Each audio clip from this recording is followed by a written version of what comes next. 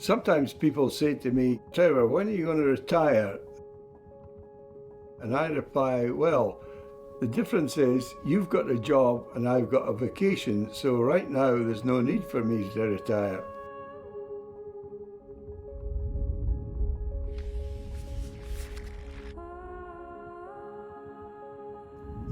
If I can make somebody enjoy their day, there's nothing better than that. I'm Trevor Williamson, and golf it's more than a game to me. My grandfather, Robert Simpson, was one of the original club makers in Carnoustie. I guess the skills were passed down to the generations to me, and more often than not, my love was for the club making, and I guess that's in my blood.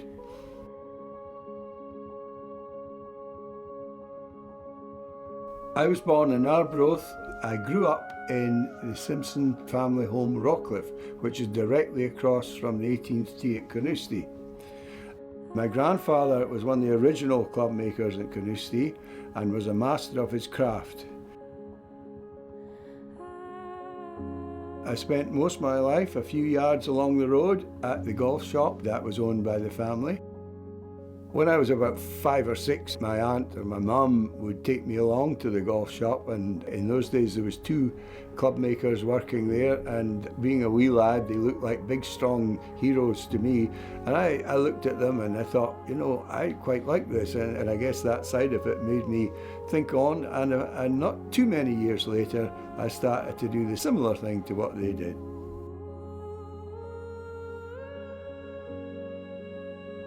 I remember very clearly, and even when I mention the names of the things to this day, it's actually the smells I recall. You had the sweet smell of the spirit varnish that we used to seal the whippings up against the elements, the lead ladle bubbling away with the lead to put wet in the heads, and the smell of leather for the grips. All these things, to this day, I think about the golf shop, these club makers, and eventually me going in there, I can clearly smell all these perfect smells of that era. Around about the time the 1953 Open, I used to hang about and probably be a bit of a nuisance in the golf shop. I remember my mum saying, Trevor, you go forward and sell this lady her golf ball. She wanted a golf ball with a name on it. And I think I put that down as my first actual sale in the golf world. And not long after that, my uncle said it's time that you started to learn some of the ways of making clubs, and I really enjoyed it. And he was quite a firm gentleman, shall we say. So when I riveted heads, it had to be perfect, and I'm ever so glad I learnt these things, because unfortunately not too many people can now. I used to love getting up in the morning, lacing up my shoes, walking the 100 yards or so along from the house to get behind that bench again. I think my life was meant to be behind the bench, and I'm glad about that.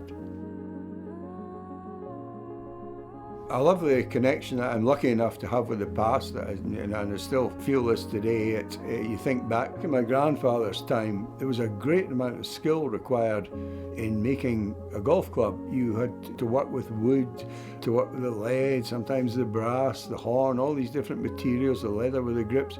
But it was a craft, it was a real skill. And as time passed and steel shafts came in, gradually this skill, or craftsmanship if you like, tended to disappear to a certain extent. So it's a great pleasure for me to occasionally work on some of these old clubs and try and bring them back to their original form. When I was a teenager, I think there was about 4 caddies at Carnoustie, and probably about 4 visitors in those days from overseas, and occasionally the starter at the golf course would phone Mum's house, Rockcliffe, and say, is Trevor there? Somebody wants a caddy. So I went out a few times, and I thought that was all right. When you go striding out the first hole, you get to know a little bit about the person you're with, and see if he's going to be receptive, or the lady, and we get all sorts of as I say, people from all over the world. But for me personally, you get out there in the elements, but also, you know, there's that great feeling when you walk out there. You're walking out where all these people walked before, all the legends, all the other people that have tried to come here and succeed at Carnoustie, which is a very honest place to be, and a very challenging course, but if you treat it with respect, you'll be rewarded. Good strike for sure.